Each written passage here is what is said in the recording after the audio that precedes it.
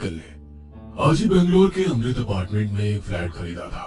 नए घर में शिफ्ट होने की वजह से वो दोनों काफी खुश थे, क्योंकि उन्हें बहुत कम पैसों में एक बहुत ही अच्छे एरिया में फ्लैट मिल गया था। माइकल एक मल्टीनेशनल कंपनी में अच्छी जॉब करता था।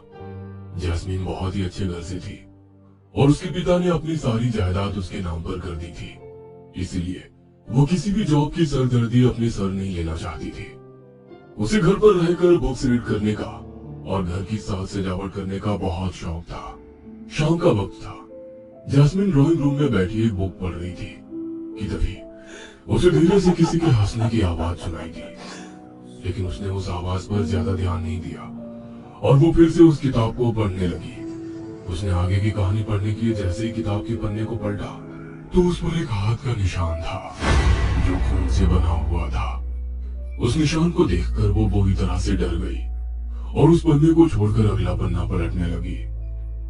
उसने जैसे ही अगले पन्ने को देखा तो उसके होश उड़ गए। खून से बने अक्षरों से उस पर लिखा था।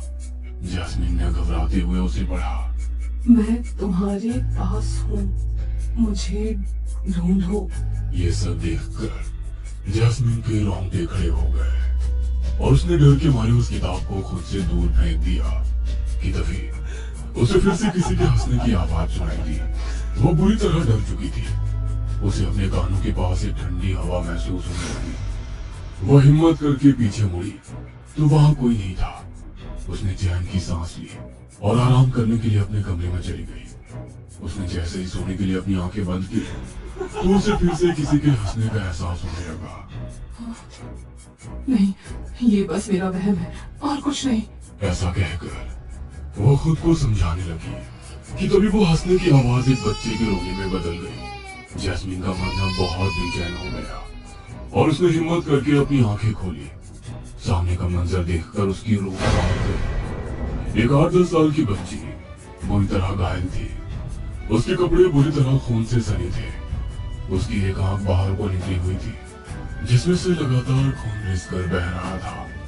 वो जैस्मिन को अपने हाथ से इशारा करके अपने पास बुला रही थी। उस बच्ची की ऐसी हालत देखकर जैस्मिन बुरी तरह डर से कांप रही थी। वो अपनी आंखें बंद करके उसे नजरअंदाज करने की कोशिश कर रही थी कि तभी जैस्मिन को अपने हाथ पर कुछ महसूस हुआ। उसने जैसे ही आंख खोलकर देखा तो उसका हाथ बुरी तरह से खून से सन चुका था।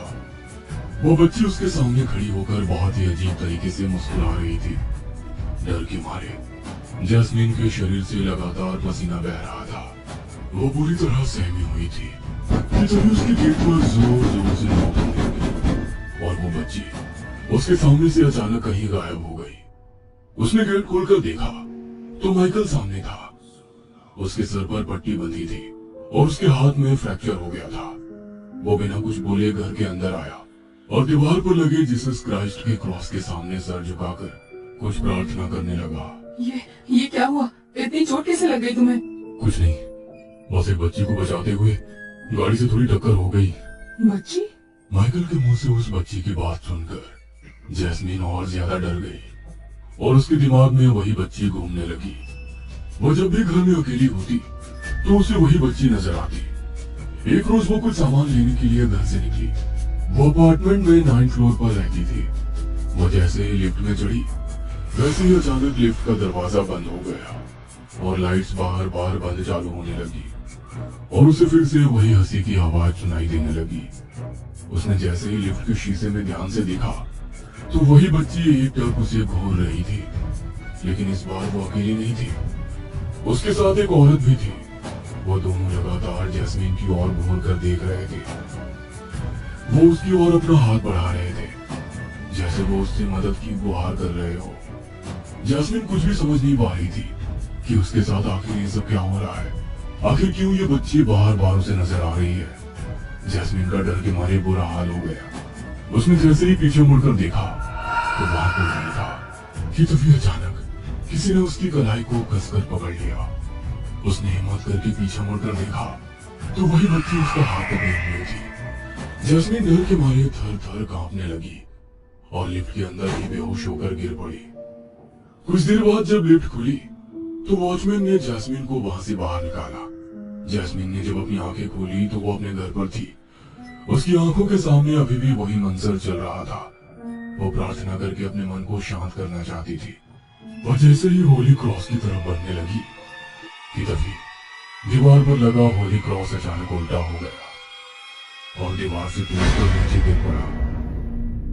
ये सब देखकर जैस्मीन का शरीर बुरी तरह से कांपने लगा कि तभी उसे फिर से वही बच्ची नजर आई जो अपने हाथ में एक डायरी लिए उसकी ओर बढ़ रही थी।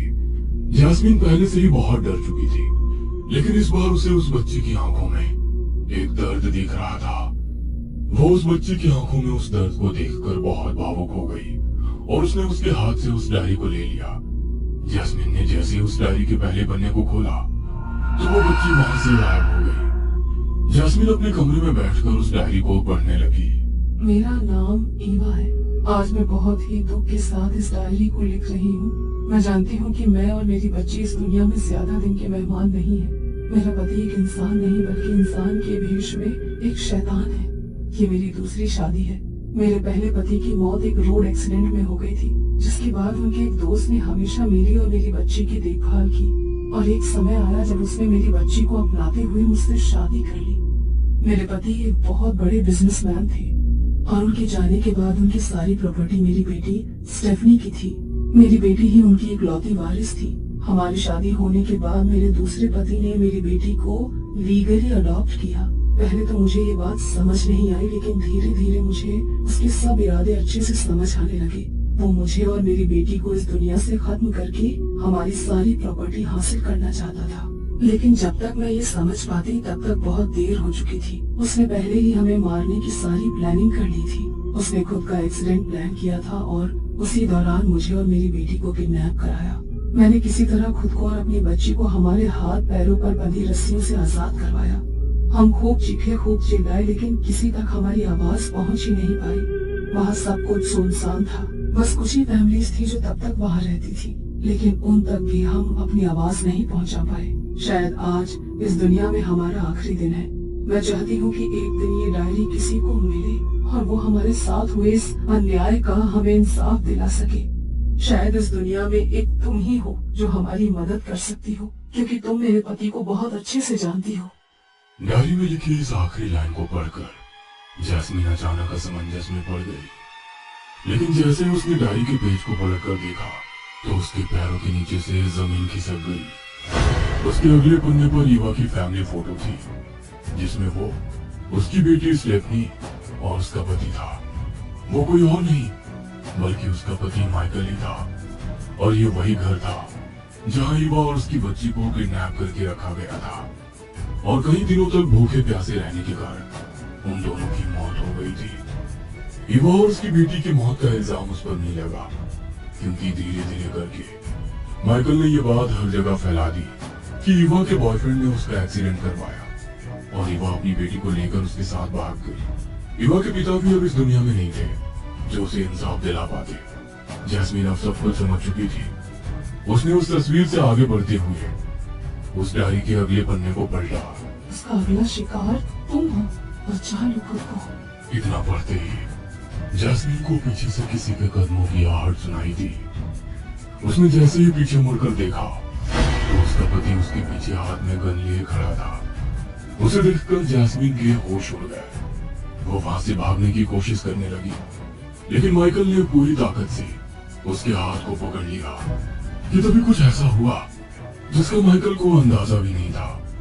ईवा ने अपनी शक्तियों से पास में रखे फूलदान को उसके सर पे दे मारा और वो वही बेहोश हो गया। जैस्मीन ईवा और उस बच्चे की ओर देखकर मुस्कुराई और उसने जल्दी से पुलिस को कॉल की और उस रूम से निकलकर रूम को बाहर से लॉक कर दिया। जैस्मीन के पास से मिले सबूतों के बलबूते पर पुलिस ने माइकल को अरेस्ट कर लिया और पूछताछ करने के बाद अपार्टमेंट के गार्डन से उन्हें ईवा और उसकी बेटी की लाश बरामद हुई। ईवा की आत्मा चाहती तो खुद भी माइकल को मार सकती थी, लेकिन वो उसके गुनाहों की सजा उसे जीते जी दिलवाना चाहती थी और उसका सच वो पूरी दुनिया के सामने लाना चाहती थी। ईवा की आत्मा ने आज अपने और अपनी बच्ची के लिए इंसाफ तो किया ही था, लेकिन उसने जैस्मीन जैसी मासूम लड़की की जिंदगी को बर्बाद होने से भी बचा लिया था।